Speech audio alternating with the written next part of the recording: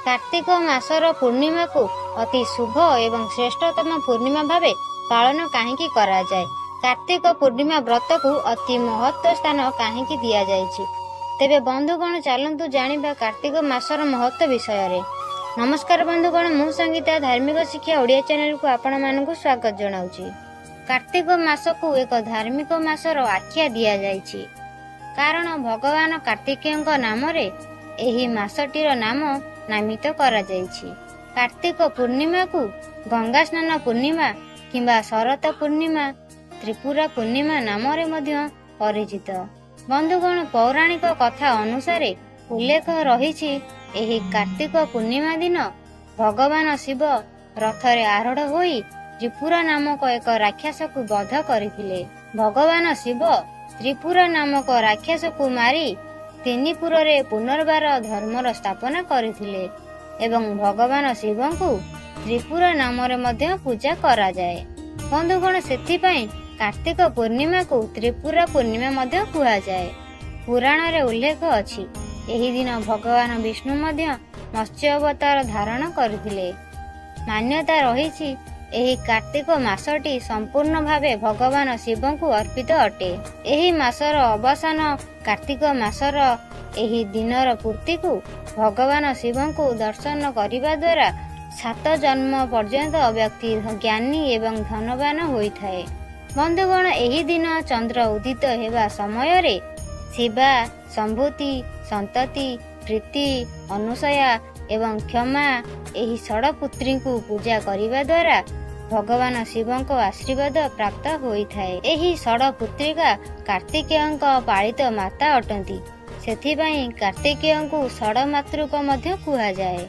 कार्तिक पूर्णिमा दिन पुत्रिका नक्षत्र रे चंद्रमा एवं विशाखा नक्षत्र रे सूर्य रही थांती। यह पद्मक जोग सृष्टि करिथाए, जेउथिरे गंगा स्नान करिबा द्वारा पुष्कर ठारू भी अधिक फल प्राप्त होइथाए। बंधुगण, कार्तिक पूर्णिमार विशेष महत्व रहिछि। एही पूर्णिमा दिन गंगा स्नान, दीपदान, यज्ञ आदि करिबा द्वारा सांसारिक पापरू मुक्ति मिलिथाए।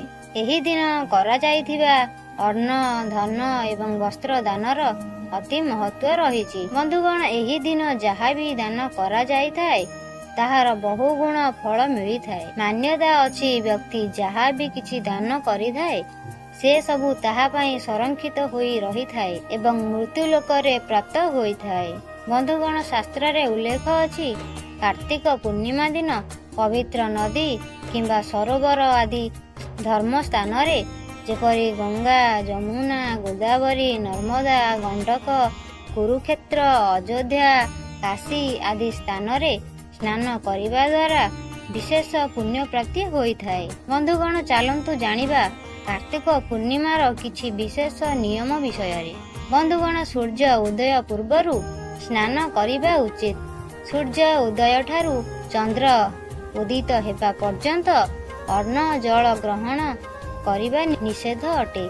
जेउ माने उपवास रही पारंतिनी सेमाने एक बार फल एवं क्षीरर सेवन करि परिबे।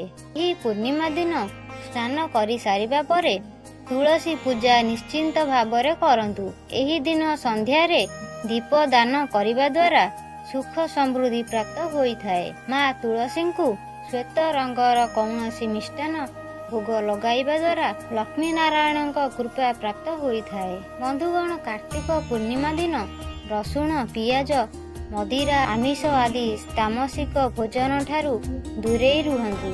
किंतु आजिर अत्याधिक लोक एही पवित्र कार्तिक मासरे आमिष आदि तामसिक खाद्य को खाआंतिनी सत, किंतु मनरे आमिषर लालसा रखी मासर अवसान को अपेक्षा करिथांती।